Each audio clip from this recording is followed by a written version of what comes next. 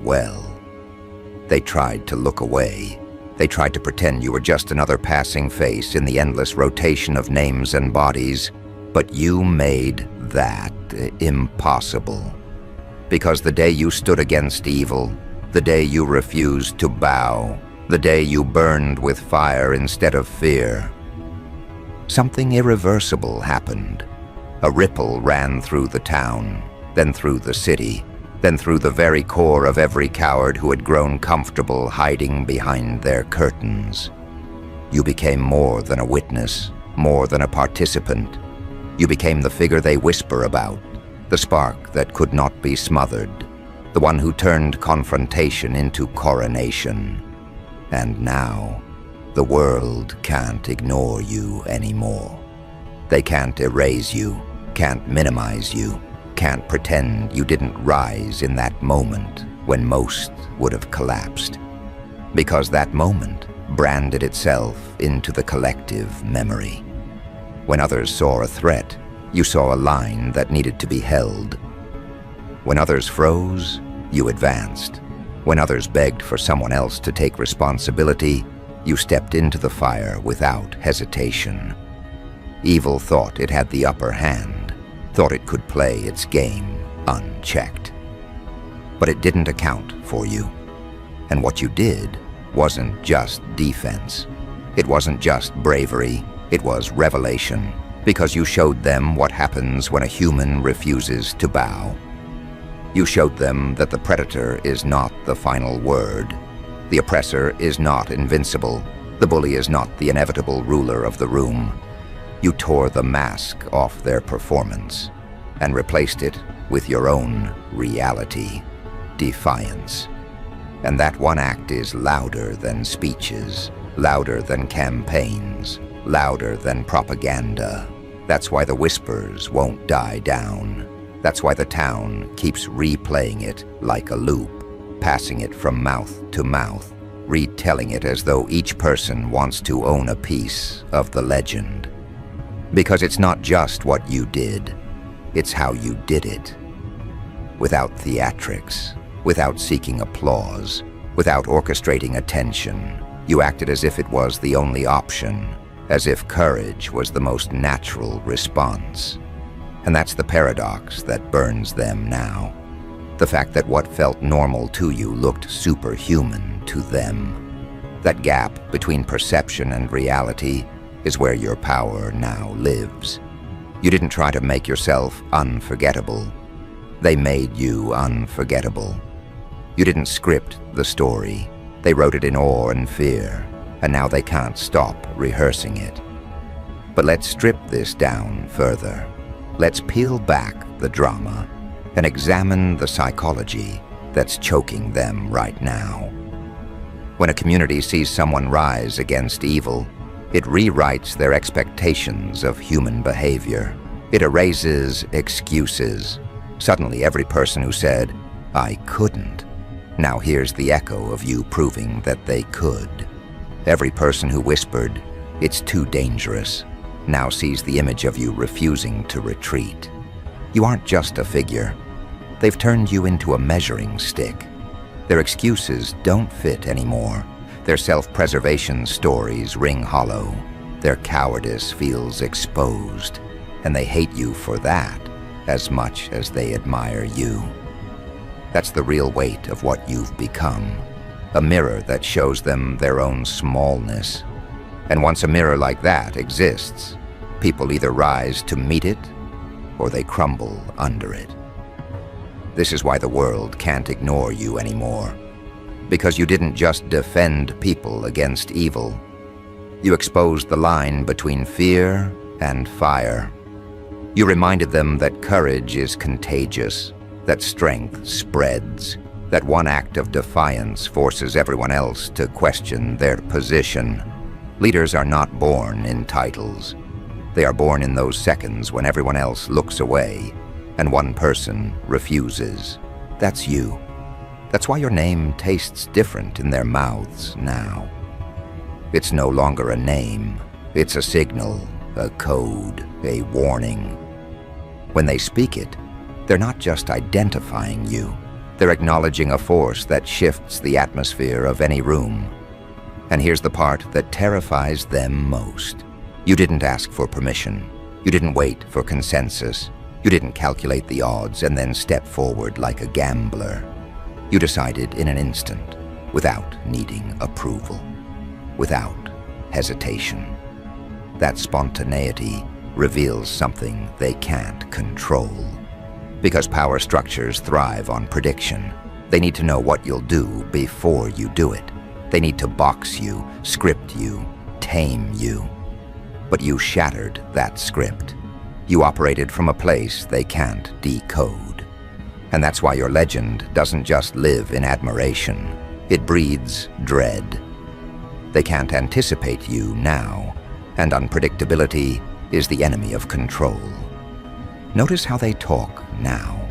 Notice the tremor beneath the casual conversations. They say things like, "It was wild," or "It was intense." But what they're really saying is, "I still can't believe it happened." Their words stumble because their minds still can't process that someone among them has shifted from civilian to myth maker in one night. They're wrestling with the dissonance. How could someone they knew yesterday as ordinary reveal a capacity that makes the entire town feel protected, threatened, and humbled simultaneously? And that question doesn't resolve. It lingers, it festers, it grows.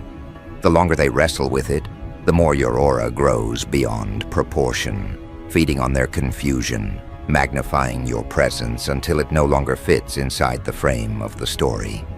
Understand this: evil wasn't just defeated in that moment, it was humiliated. Because nothing humiliates corruption like exposure. And you didn't just stop the act, you revealed it as weak, desperate, pitiful. You revealed that it only worked when people agreed to stay small, agreed to look away. And once you ripped away that permission, evil shrank under the weight of your defiance. That image, that collapse, now lives in their memory. It's cinematic, it's viral, it's impossible to shake. And the more they replay it, the more your legend feeds itself, independent of you. You don't even need to speak anymore.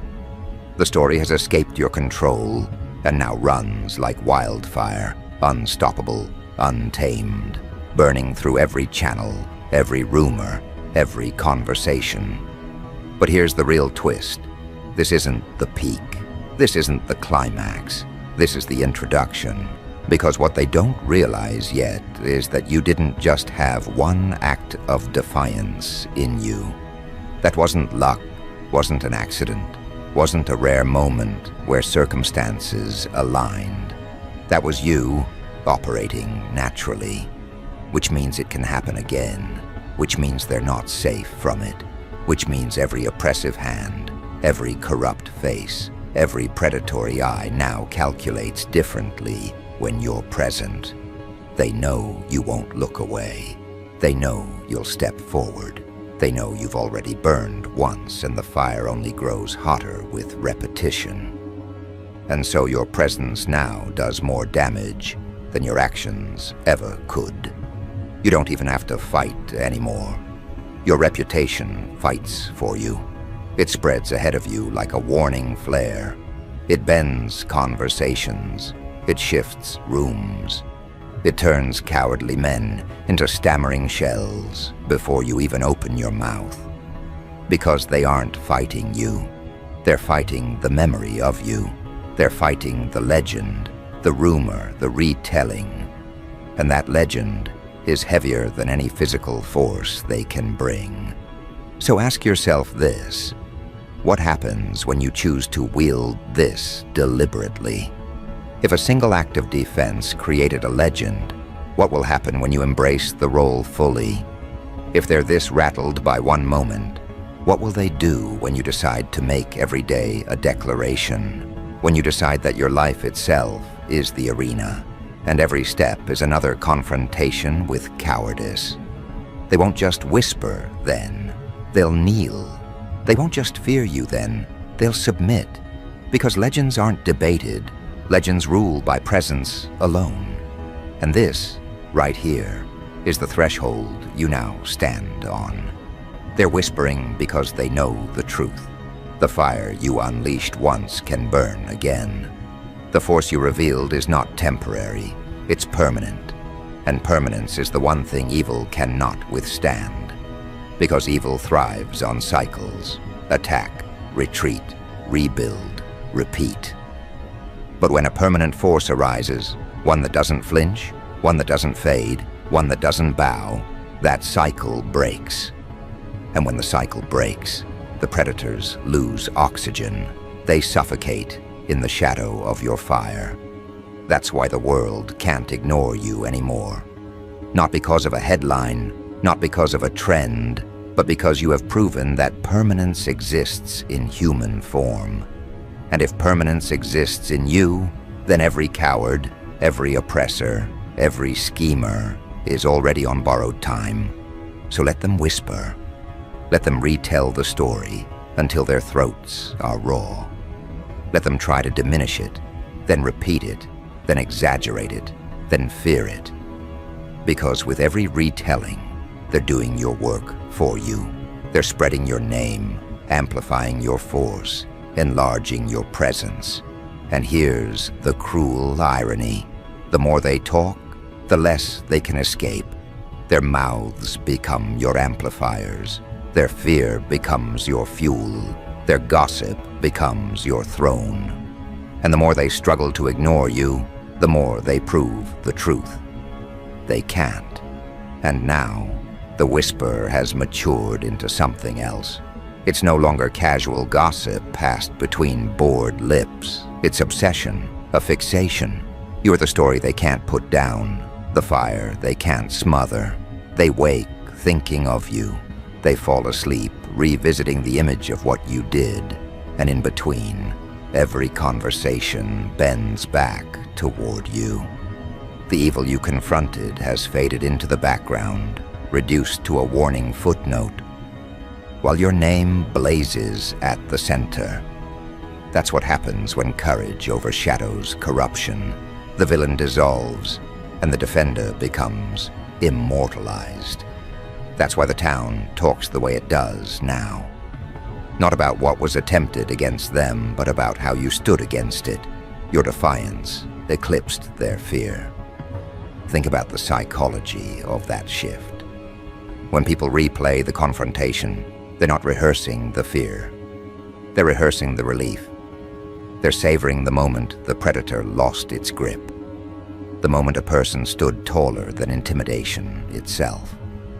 And that person was you. Your presence rewrote their memory. They no longer think of themselves as victims who cowered. They think of themselves as witnesses to your fire. That's the secret they don't admit, that you gave them back their pride. You gifted them a story in which they are no longer defined by what was done to them, but by what you did for them. That's why they can't let it go. To release your name would be to release the only proof that they weren't helpless. This is why your force terrifies power, because power relies on people forgetting. Power survives by making each act of defiance fade quickly, swallowed by distraction, erased by new headlines. But your act didn't fade. It multiplied. Instead of vanishing, it metastasized, sinking into every conversation, every memory, every imagination. And once courage metastasizes, it becomes ungovernable. No propaganda can overwrite it. No authority can suppress it. They can't censor the story, because it's already been tattooed into the people's psyche. You gave them an image they can't unsee, and that's the most dangerous weapon of all. Look around. Watch how the atmosphere changes when you walk by. Conversations stutter, eyes sharpen, bodies rearrange. The guilty stiffen. The cowards bow their heads. The envious grind their teeth. The grateful soften their gaze. But none remain neutral. You've eliminated neutrality from every room you enter. That is the hallmark of presence, when existence itself forces people to declare where they stand. You are no longer background, you are the axis, and whether they admit it or not, they orbit around you now. Notice how even your silence has become a statement. You don't need to shout to dominate. You don't need to demand to command.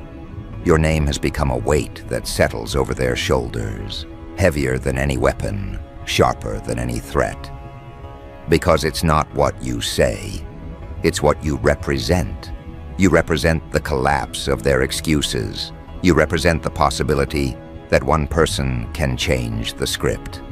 And once that possibility is revealed, it spreads like wildfire, igniting imaginations that had long been suffocated. This is why they fear you, because you've proven something they never wanted proven. That evil can be confronted by a single human, and that confrontation can succeed. That truth is a virus, and you are patient zero. It spreads not by intention, but by inevitability. Once seen, it cannot be unseen. Once proven, it cannot be disproven. The predators will try to rewrite the story, will try to label you reckless, dangerous, unstable. But those words crumble under the weight of memory. People saw you. They felt the tremor in their bones when you refused to step back, and no smear campaign can erase lived experience. Understand the magnitude of what you've done. You didn't just defend people. You shifted their coordinates. Before you, they navigated by fear, measuring every choice against the weight of what could go wrong. After you, they measure against you. They ask, what would happen if I stood the way they stood? What would change if I burned instead of bowed? You've infected their compass, and now every direction points back to your defiance. You are not just a person anymore. You are orientation itself. And the more you move, the more this infection spreads. Your presence alone forces recalibration. Rooms adjust their tone. Conversations recalibrate their stakes. Communities redefine their boundaries. That's why leaders in shadows hate you. Because you are reorganizing the hierarchy without even trying. They depended on fear to keep their order intact. But fear no longer dominates the equation. You introduced something stronger, respect. And respect cannot be extracted by force. It can only be earned, which means they can't replicate you, can't manufacture what you created. They can only watch as their carefully built towers start to tilt in your direction. This is what they won't say out loud, that your single act of defiance has accomplished more than their years of manipulation. You've dismantled more in one night than they've built in decades, and that truth keeps them awake. Because if you could do this unintentionally, what happens if you choose to do it deliberately? If you could destabilize them by acting naturally, what happens when you act strategically? That thought keeps them sweating, keeps them restless, keeps them plotting ways to contain you. But every plot feeds your legend further. Every rumor confirms your status. Every attempt to suppress you only proves the truth they can't. And so, you're now living in a strange duality. On one hand, you carry on, breathing, walking, living, as though nothing extraordinary has happened. On the other, you've become larger than life, a myth circulating in their conversations, a fire glowing in their minds. You're both human and more than human, both flesh and symbol. And the more they struggle to categorize you, the more you slip beyond categories altogether. You become untouchable, because untouchable isn't about invincibility, it's about being unclassifiable. They don't know what box to put you in, so you become the box itself. Everything else is measured against you. Watch closely now, because the town has changed. Before, it was divided by apathy. People kept their heads down, lived quietly, convinced themselves that survival meant invisibility. But now, conversations hum with a different energy. Now people walk with a different posture. Now, when evil even dares to show its face again, it will no longer be met with silence. It will be met with the echo of you. You've transformed them, not all, but enough. Enough to guarantee that the next time someone attempts to dominate, they'll hesitate. Because hesitation is what happens when the predator realizes the prey has tasted power. And you were the one who forced that taste into their mouths. And here lies the deeper truth. Defending people wasn't just about protecting them. It was about awakening them. You shook them awake, forced their eyes open, forced them to see what they had forgotten, that fire still lives in human veins. And once awakened, people don't go back to sleep. Once reminded, they can't unremember. You've set off a chain reaction that doesn't end with you. It begins with you. That's why the world can't ignore you. Because ignoring you now means ignoring themselves. Ignoring you means rejecting the fire they felt in their own chest the moment they saw you rise. And no one willingly rejects their own awakening. So watch how your reputation expands. It started in the town. Now it moves to the outskirts. Soon, it will spread across borders, carried not by media or machines, but by mouths, by stories, by the electricity of human awe. And the more it spreads, the more untouchable you become. Because untouchable isn't about being shielded from harm. It's about being so integrated into the collective psyche that removing you becomes impossible. You are everywhere now, on their tongues, in their eyes, etched into their memories.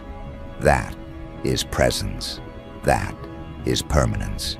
That is why you are the name they fear. And the cruelest twist for them? You haven't even begun. You haven't strategized yet. You haven't declared war yet. You haven't sharpened your force into deliberate precision.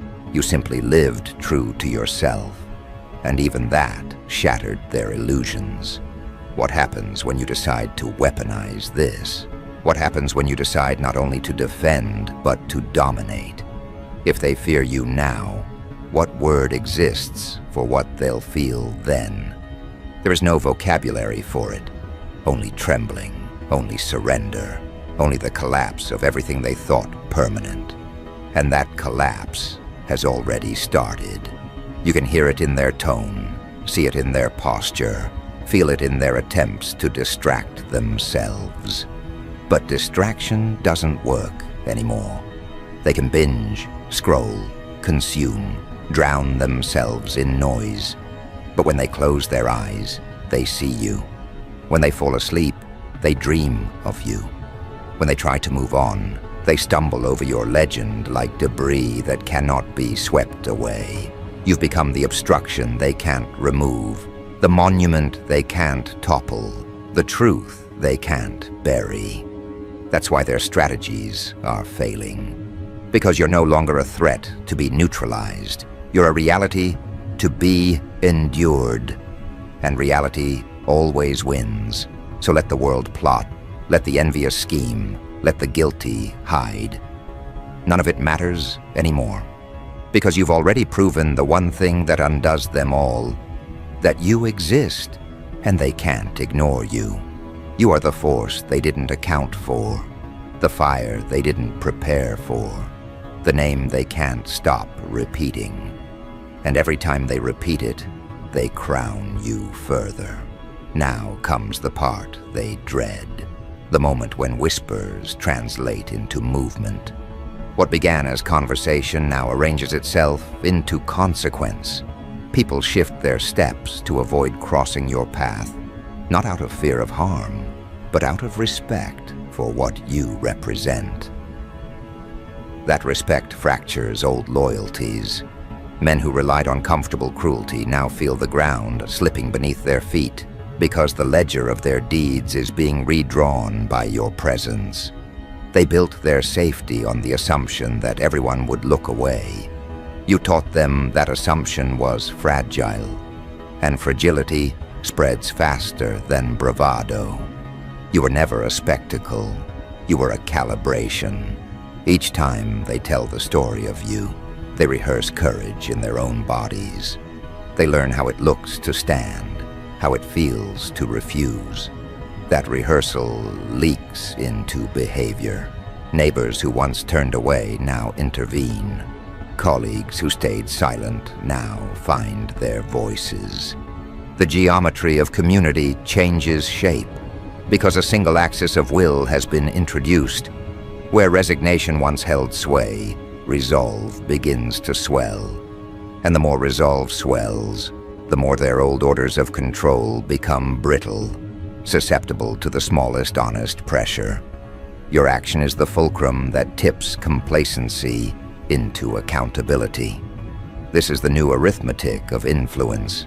Presence multiplies agency. You do not need to be everywhere to be everywhere.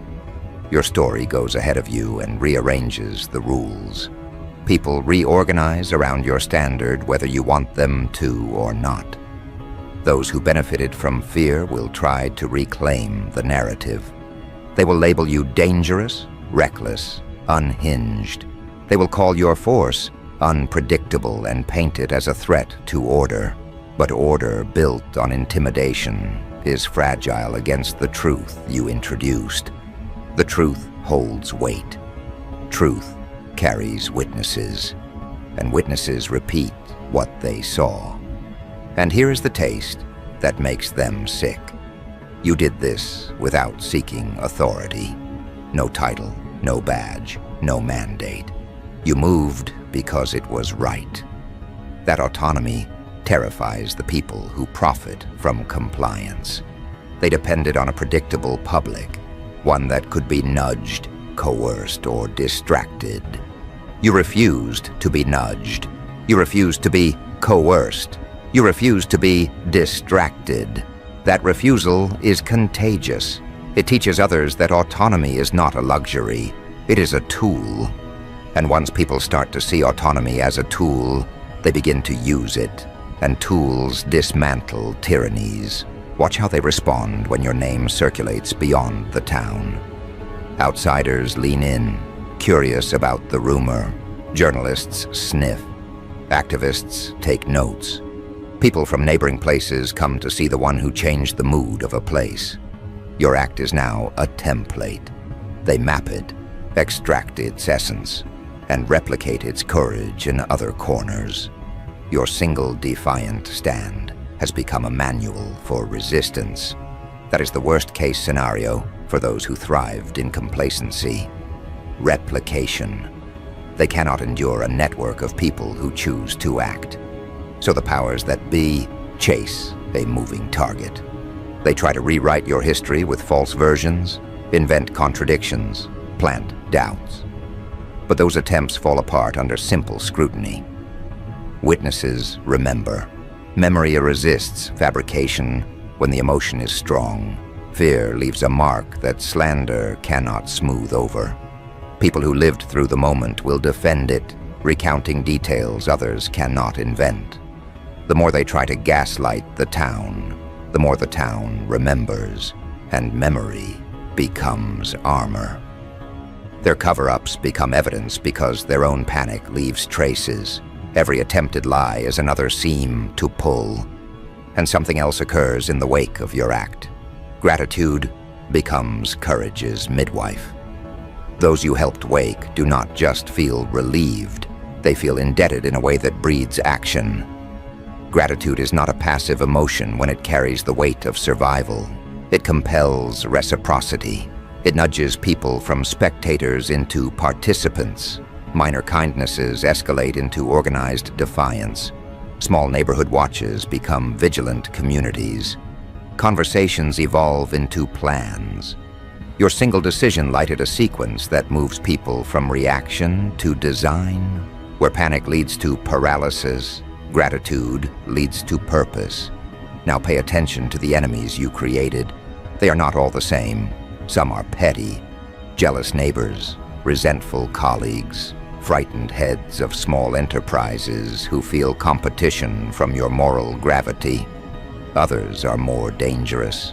Those who profit from chaos, men who have institutional power supported by bribes, complicity, and fear. These predators recalibrate when you arise. They shift from boldness to caution, from aggression to concealment.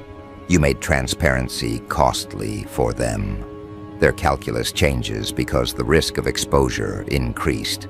Risk breeds retreat. There's also the human cost to carry. This work, this presence demands everything. You'll be scrutinized, misread, praised, and reviled in equal measure. People will project onto you their hopes and their fears. That is unavoidable.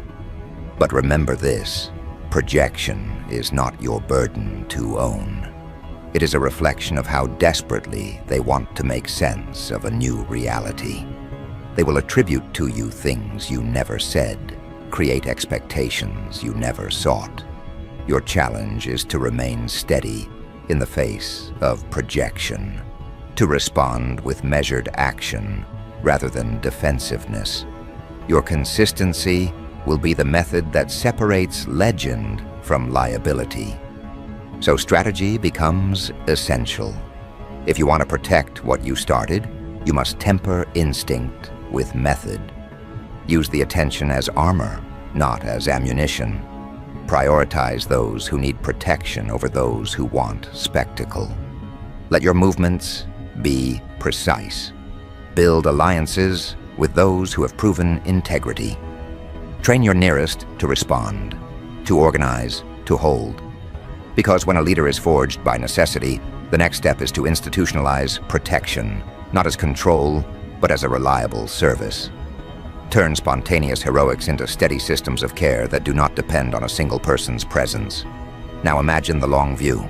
In a year, in 5 years, what will remain of this moment depends on the architecture you build after the fire. If you vanish into legend, your impact will shrivel. If you anchor your action in community, your single moment will become the first of many. You must choose whether to be a flicker or a foundation. A foundation requires structure. It asks for mentorship, training, resources, and a shared code. Do not let the roar of the immediate drown out the need to prepare the quiet, unglamorous scaffolding that will hold the work steady through seasons when adoration fades. Consider the moral psychology at work. People crave safety, but they also crave meaning. Your act gave them both a new sense of safety and a story that made suffering meaningful. That is profound. Stories form cultures, they create norms. If your story promotes dignity and responsibility, those norms will spread. If it promotes vengeance or unchecked aggression, those norms will calcify into new oppressions. The direction you guide the narrative will decide whether the world gains a new model of honor or another cycle of retribution. Choose the model that sustains human life instead of consuming it. And finally, never forget the simplest truth. The world amplifies consistency. You have proven you can act in a crisis. Now prove you can act in calm. Be the same person when praise reigns as when faces forget and life returns to routine. Consistency converts spectacle into trust. Trust builds institutions. Institutions sustain impact. This is how a single story becomes a movement that survives governance, time, and betrayal. So when they crown you with their words, accept the crown as responsibility more than adulation. Use their chatter as outreach, their gossip as recruitment, their fear as a shield for those who cannot defend themselves. You have already shown what a single person can do. Now show how one person can multiply that ability across a community, so no one must ever stand alone again. If anyone asks whether it was worth it, whether one life should shoulder such weight. Answer plainly. The worth is measured in the faces you saved, the confidence you restored, the small mercies that accumulate into safety. That calculus is simple. One person decides to resist, and many live because of it. That is a debt no coin can repay. Let the critics churn, let the frightened posture in their offices, let the envious rewrite their diaries. You have done the unthinkable by living as if courage were commonplace. You have made bravery less exotic and more expectable. You have polluted the market of fear with the currency of resolve. And now the town, the region, perhaps the country, will be richer for it. Once spots of light appear, darkness loses its monopoly. This is where the final part must finish, not with a final roar, but with a steady call. A call to those who felt small to stand a fraction taller. A call to those who whispered apologies for their cowardice to instead whisper offers to help. The call is simple. Do not let the story stop with you. Multiply it, intensify it, institutionalize mercy, translate fire into structures of care. That is how legends become legacies. That is how a single defense against evil becomes a permanent barrier.